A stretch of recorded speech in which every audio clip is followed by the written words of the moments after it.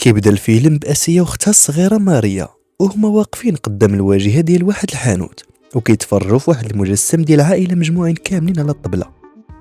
وكيبان بلي داك الحب والأمان هو أكثر حاجة ناقصة أسيا واختها في حياتهم. ومن بعد هاد اللحظات الحزينة كيدخلوا لواحد السوبر ماركت قريب ليهم سميتو ليشان باش يشريو ما ياكلوا وما يشربوا حيت مسافرين نيويورك. وفي داك الوقت ماريا كتبغي تشري علبة ديال الشكلاط، ولكن آسيا كترفض وكتقول لها بلي غالي وحنا محتاجين نوفروا الفلوس حتى نوصلوا. وكيبان بلي ماريا خايفة ومتوترة، وهاد الشي حيت ما مأكداش واش غيقدروا يهربوا من داك الراجل اللي متابعهم. وكتقول لختها بلي الا لقاهم غادي يحبسهم في العكاب عاوتاني. ولكن آسيا كتطمنها وكتقول لها هاد الشي عمرو ما غادي يوقع، وباش تشجعها كتوريها رسمه ديال العصفور فارش جناحو في ايديها وكتقول لها بلي عمرهم ما غيتحبسوا في شي قفص عاوتاني. ومن بعد ماريا كتفرب علبة الشكلاط وكتديرها في الساك ديالها. وفي هاد اللحظة كيدخل واحد الراجل المكان.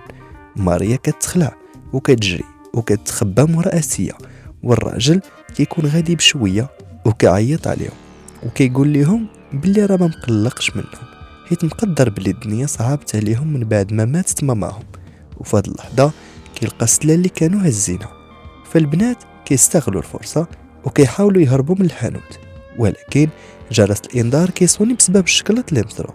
والراجل كيجري موراهم بسرعة وكيبان واحد تابعو وكيحاصرهم بالطانوبيل. وهنا آسيا كتجبد فردي وكتوقف قدام هاد الراجل، وكنعرفوا بلي هاد الراجل هو باباهم اللي هربانين منه. وكيطلب من آسيا تعطيه اختها ماريا، وكيصمم باللي ما عندهاش الحق تدي اختها بعيد عليه. ولكن آسيا كتحضروا ليه يقرب منها وكتقول ليه باللي عمرو ما غيقيس اختها الصغيره عاوتاني. فباباها كيتحداها الا قدرت تضربو بالقرطاس، وبلا ما تردد آسيا كتضربو كيطيح في الارض. ومع ذلك باباها كيشد في رجل ماريا. وفي هاد الوقت وفي هاد اللحظه البوليس كيوصلوا للمكان، وهنا آسيا كتاخذ اصعب قرار في حياتها، كتهرب وكتسمح في اختها بوحدها. ومن بعد مرور 10 سنين كنشوفوا آسيا واقفة قدام بنيقة وعمارة فخمة في مدينة نيويورك. وهاد البنيقة كتكون مزينة برسومات ورموز غريبة، ومع ذلك كتقرب وكتدق في الجرس. وساعتها كتفتح ليها المشرفة ديال البنيقة اللي سميتها ليلى. وآسيا كتقدم راسها ليلى باسم إيزابيل وكتقول ليها بلي هي الموظفة الجديدة. ليلى كتشوف في لاكارت ديالها باش تتأكد من الهوية، ومن بعد كتخليها تدخل. وهنا آسيا كتلاحظ بلي البنيقة مسدودة بسوارت وقفول كتار، كتسكت وكتخلي هاد الملاحظة في راسها. وفي هاد اللحظة ليلى كتقول لها بلي هاد البناية عندها أكثر من 100 عام وكتحتاج حماية عالية حيت ما كيسكن فيها غير الناس اللي لاباس عليهم والشخصيات المهمة. وكتقول لها بلي كاع الموظفين كيحطوا تليفوناتهم هما داخلين، حيت السكان هنا كتهمهم الخصوصية بزاف. ومن بعد ليلى كتعرفها على السكان، ومنهم واحدة سميتها شارون. وهاد شارون مرا عندها نفوذ وشهرة وعندها ماركة معروفة ديال البرودويات التجميل ضد الشيخوخة. ديك الساعة شارون كتعطي الآسيا المونطو ديالها حيت حوايجها فازقين بالشتا. ومن بعد ليلى كتدي آسيا للطابق الأول وكتقول لها الطابق مخصص للعمال. وآسيا كتلاحظ بزاف ديال الموظفين خدامين بحال النحل. ليلى كتشرح ليها بلي هاد البلاصة كتعاون الناس اللي عندهم مشاكل باش يبنيو حياتهم من جديد. وغير كيوصلوا لبيت آسيا كيخرج منه واحد راجل سميتو ري. فليلى كتغوت ليه حيت جالس في البيت بلا إذن. وهنا آسيا كتعرف بلي ري ماشي غير موظف بل هو راجل ليلى. من بعد ليلى كتخلي آسيا بوحدها وكتقول ليها ترتاح هاد الليلة، وغدا غادي دير ليها جولة في البنيقة كاملة قبل ما تبدا الخدمة. آسيا كتحل الصاك وكتجبد حوايجها وكتدخل الدوش، وساعتها البخار كيعمر المكان. وفجأة كتبدا واحد الرسالة كتكتب في المراية حرف بحرف حتى تكتبات غادي يقتلوك. ولكن آسيا ملي تسالي ما كتشوفش هاد الرسالة. وفجأة كتسمع صوت جاي من الفتحة ديال التهوية، كتقرب باش تشوف شنو كاين داخل، وهي كتشوف وسط الفتحة كتلمح شي حيوان كيراقبها. دخلات وكترجع للور، وللأسف كتفقد التوازن ديالها وكتطيح في الأرض. فهاد اللحظة كتسمع ضحكة ديال شي مرا برا البيت، ولكن ملي كتخرج ما كتلقى حد. وفجأة الضواو ديال الكولوار كيبداو يطفاو واحد بواحد، وفي وسط الظلام كيبان خيال ديال شي كائن مرعب واقف في الاخر ديال الكولوار. وخا آسيا ما ردتش ليه البال، ولكن كترجع لبيتها دغيا وكتسد الباب وهي مرعوبة. كتجلس فوق الناموسية وكتبدا تلعب بالبريكة وهي متوترة، وكتشوف الفتحة ديال التهوية وكتبقى الأمور هادية حتى كتديها عينيها. ومن بعد شوية الباب كيبدا يتخبط بالجهد، كيبان باللي حد باغي يدخل. ومن بعد داك الراجل كيتجسس عليها من الفتحة وكيدخل البيت من ممر سري مورا الثلاجة، لابس مونطو كحل وجهه مغطي بقناع ديال الخشب. كيوقف هاد الراجل حدا الناموسية وكيبدا يشوف في آسيا وكيقرب منها. هنا آسيا كتفيق مخلوعة، وملي كتقلب ما كتلقى والو. كتطل تحت الناموسية والو، ولكن غير كتنوض هاد الراجل كيهجم عليها من مورا ظهرها وكيدير يدو على فمها باش يخدرها وتنوض. ولكن آسيا قدرت تغلبو وكطيحو الارض وكيسخف، وكتكتشف بلي كاين شي حد اخر داخل ديك الفتحة. وآسيا كتحس بالدوخة بسبب الريحة ديال المخدر وما قادرش توقف على رجليها. فهاد الوقت كيدخلوا جوج اخرين دايرين اقنعة وكيعرفوا باللي هاد المقنعين هما شارون وصاحبها اللي ضربته آسيا سميتو بوب. من بعد كيفين كيحل الباب وكيدخلوا جوج اخرين، وساعتها آسيا كتفيق وشارون كتجرها من رجليها. آسيا كتصرف بذكاء وكتدوز السلك ديال الدوريان في شارون كيضرب الضو كتلاه بعيد. وفي هاد اللحظة آسيا كتفلت منهم وكتخبى في الماريو.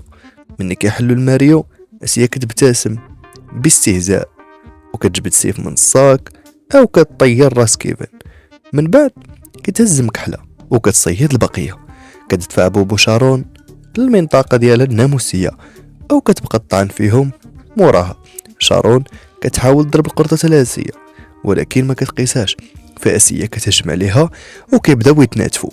وفي هذا الوقت بوب كيفيق وكيلوح جنوي على آسيا، ولكن الجنوي من جهة الزهر ديالها ما كيجيش في آسيا. بوب كيجر راسو وهو كيموت، ولكن آسيا كتخلط عليه او كتثبتو في الارض. وفي هاد اللحظة كتبان ليلى وهي كتصفق معجبة بالشطارة ديالها والحداقة. آسيا ما كتجاوبهاش وكتكلم على بوب قدام عويناتها. ليلى كتعصب وكتسول شكون هي بالضبط، فآسيا كتقرر تبقى لها الحقيقة. والقصة كترجع بين 10 سنين لور ملي كانت آسيا هاربة من البوليس، وكتعاود آسيا بالأكبر غلطة دارت هي فاش سمحت في اختها مع باها. من بعد شدوها ودخلت الحبس، ومن تما وهي كتقلب على اختها حتى عرفات من واحد صاحبها سميتو سام بلي ماريا كاينه في هاد البنيقه او هاد البلاصه دايرين على الاشاعات والناس كيغبروا فيها، وبالخصوص الضعفاء واللي ما عندهم حد، وقاعد اجرام محمي بالفلوس والسلطه. ولا داكشي حتى واحد ما كيهضر. وهنا آسيا كتعرف باللي ملي خرجت من الحبس انتحلت شخصيه وحده سميتها إيزابيل، ماشي طون إيزابيل. وهاد إيزابيل هي الخدامه اللي كانت كتخدم في البنيقه. وفي الوقت الحالي كتقول آسيا بلي دارت هادشي كامل لسبب واحد، هو تلقى اختها وترجع معها للدار. ولكن فجأة الجثث ديال الناس اللي قتلتهم آسيا كينوضوا عاوتاني او كيركبوا اطرافهم وكتافهم بحال ما وقع والو. وساعتها آسيا كتخلع من هادشي حتى هاد العجب، وكتخلع اكثر من واحد الخدامه كتهجم عليها باش تقتلها. آسيا كتدافع على راسها وكتهنى منها وكتجري وكتسد على راسها في بيت. وفي هاد اللحظه اللي كتقرب من الخدامه وكتطلب منها من ترجع الحياه تنقي البلاصه. قرروا الآسيا اللي كتقلب على اي مخرج من داك البيت وواحله. في الاخر كتلقى باب سري تحت الزربيه كتحلو وكتنقص فيه، وكتمشي في واحد الممر اللي ضيق حتى كتسمع صوت بوب كيقرب منها، ولكن بذكائها كتخبى حتى كيبعد بوب. من بعد كتكمل طريقها وكتلقى راسها قدام واحد الباب سري، وكتسمع ليلى واللي معها كيهضروا بانهم هما خالدين وما كيموتوش، وكيهضروا على شي قربان غادي يقدموا هاد الليله ضروري، وكيجبدوا سميت اختها ماريا. قبل ما دير آسيا اي ردة فعل تلقات ليلى حلات الباب، فكتسد آسيا الباب وكتجري عاوتاني في الممر. المهم الدعوه ترولات كيبداو يطردوا حتى كتشدها شارون، ولكن آسيا كتقلب عليها القفه وكتقتلها عاوتاني وكتاخد ليها المكحله حتى رشبك الدم، وهي كتجرب باش تهرب. شارون كتنوض عاوتاني، هاد المره آسيا تفرق عليها الراس تماما. فهاد اللحظه ريك كيبان وكيعتق آسيا من كيفن اللي كان تابعها. وهنا ريك كيقول بلي حضرها كتب لها في المرايه بلي غادي نحيوها، كيشرح ليها بلي هاد البنايه كامله خدامه كمعبد للشيطان والشياطين. وبلي هاد السكان المقنعين دارين واحد الصفقة مع الشيطان، والصفقة هي الخلود، يعيشوا ديما ما يموتوش، مقابل انهم كيقدموا ليه قرابين من البشر. وهاد القرابين هما الخدامات اللي كيجيو يخدموا في العمارة. واسيا لاحظات بلي كاين خدامات بصح ما كيموتوش، حتى هما دايرين صفقة مع الشيطان، وسمياتهم مكتوبة في واحد ليستا ديال الخالدين، واي واحد دخل سميتو لهاد الليستا ما كيموتش بتاتا، والجسم ديالو كيجدد راسو خا يتقطع منه طروفه. باش يستمر هاد العهد سكان العماره كيطمعوا الناس الدراوش بالخدمه، ولكن في الحقيقه يكونوا بغاو يقدموهم كقربان. واخيرا كيوصلوا للبيت اللي فيه ماريا، واسيا كتقول لختها بلي جات تعتقها، ولكن ماريا صدمتها وقالت ليها بلي ما محتاجاش المساعده ديالها، وقالت ليها بلي هي اللي غلطات فاش خلاتها بوحدها. كيرجعوا بينا الاحداث اللور، وكنعرفوا بلي ماريا لقات راسها في الزنقه ملي ما تباها، واضطرت تخدم خادمه وكتنظف الطواليطات. وملي مول الخدمه بغا يتعدى عليها جنسيا خلات ليه الخدمه ومات. وبالصدفه شافت اعلان ديال الخدمه في هذا البارطمون، وملي جات ليها وديك الجماعه اللي معاها شداتها. طبعا ماريا تخلعت ملي عرفت الحقيقه ديالهم، ولكن ليلى قالت لها بلي زهره زوين، حيت يلاه شدوا وحده من الخدامات كتشفى وغادي يذبحوها هي في بلاصتها. في هذا الوقت اسيا مابقات فاهمه والو في كلام اختها، وصمات باللي غتديها وتخرج معاها من العماره، ولكن ماريا رفضات، والهضره بيناتهم قلبات بصداع، حتى فقدت اسيا اصابها وضربات ماريا او سخفاتها بالكاو. واو ديك الساعه ري قال بلي هو كاين واحد الدرج ديال الطوارئ يقدروا يهربوا منه. في هذه اللحظه الجماعه عرفوا بلي اسيا لقات ماريا، وعرفوا بلي ري خانهم وكيعاونهم يهربوا، فحلوا عليهم الباب باش يشدوهم، ولكن اسيا ضرباتهم بالقرطاس وهزات اختها سخفانه وهربات بها. ري عليها الباب ديال السانسور ديال الكوزينه باش تهرب هي واختها. طبعا وقف هو قدام كيفن والاخرين باش زعما يعطلوا، وكيفن ولا كيغلب الغدايد وهدد ري بلا يخلص ثمن الخيانه غاليه بزاف. اسيا خرجت من السانسور للكوزينه، ولكن سمعت صوت ديال بوب داخل كيقلب عليهم، فانتخبات هي وماريا تحت الطبله دغيا، ولكن بوب عاق بهم وجر الاسيا الارض بغى ينحيها، لكن ماريا ضربته بشاقور راسو يطفيه. في بيت اخر كنشوفوا تصاور قديمه ديال ليلى وراجلها ري من شحال هادي، وليلى واجهت ري وسولاتو علاش خانو، قال بلي كاين معاها ملي كانوا كيضحيو بالمجرمين، ولكن دابا ولاو كيضحيو بناس بريئه ما عندها دم. ليلى قالت ليه بلي ما عندهم حتى حل اخر، وفكرته بلي كانوا فقراء والناس كيجروا عليهم، وهاد العماره هي اللي حماتهم من الشر ديال البشر. ري قال لها بلي كاملين محبوسين في حبس واحد وحتى واحد ما غيهرب منه، ولكن ليلى ما داتهاش فيه، وعنات في العماره كامله بالضحيه جديده هي اسيا ومرات الخدامه يقلبوا عليها. ماريا طلبات من اسيا تمشي للسانسور وهي غتلف الخدامات، وان شاء الله اما يكون غير الخير وغاد الحق عليها تشدها تشهد الروينه كامله. ولكن اسيا وهي غاده سمعت الغوات ديال ماريا، فرجعت ودخلت لواحد البيت مظلم وهجموا عليها جماعه وهما يضربوها وبداو يسلخوا فيها، ولكن قدرت تهرب وخرجت ودارت الكحول في واحد الثوب ولواتو على الشاقور وشعلت فيه العافيه باش تضوي القوالب بالملح. لقاتهم شادين اختها فقدت اعصابها وهي تهجم عليهم وبدات تضربهم بالكراسي والطوابل واحد بواحد. واحد فيهم وقفها بالفردي لكن لاحت عليه كرسي هو يطيح، وحيدت ليه القناع وبدا كيطلبها ويزاوق باش تخليه يعيش، وقال ليها باللي كيما يحميو اختها من واحد اللعنه، ولكن هي ما تاقتش به وقتلاته. هربوا بجوج للسانسور، وليلى وكيفن جاو لقاو صاحبهم ميت.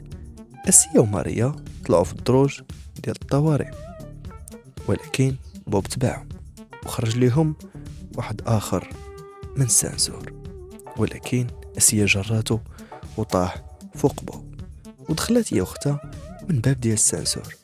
تما بقات ليلى والجماعه كيتسناوها، واسيا حست بلي تحاصرات وتزيرات حتى تشهد الروينه كامله.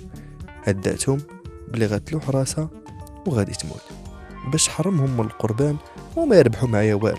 والله لا صورتو معايا شي حاجه، ولكن ما خلاه واحد الدري كنعرفو، هو كيعرف يموت وما يعطيكش داكشي اللي باغي. المهم عمرك غادي تربح معاه.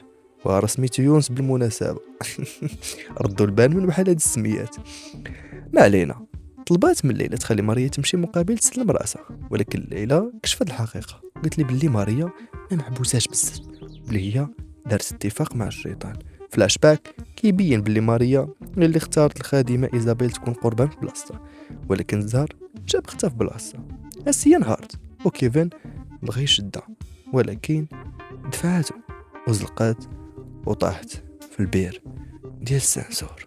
بوب شدها قبل ما تطيح، ولكن ليلى طعناتها في كرشها.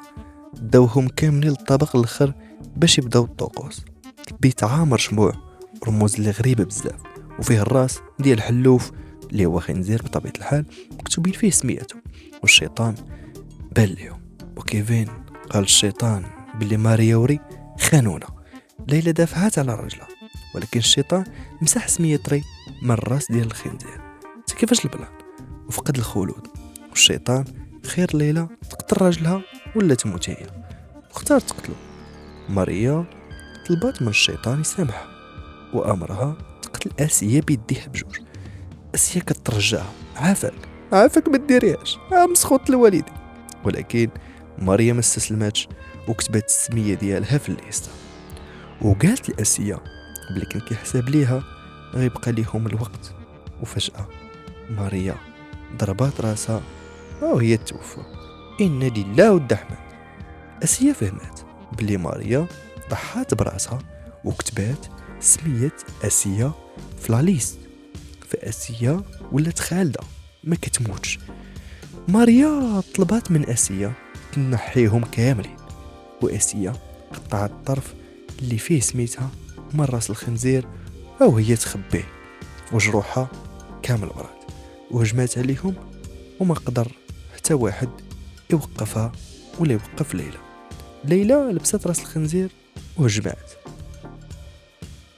ليلى لبست داك الراس ديال الحلوف وهجمات عليها، ولكن اسيا حيدت لها الراس ولحتها.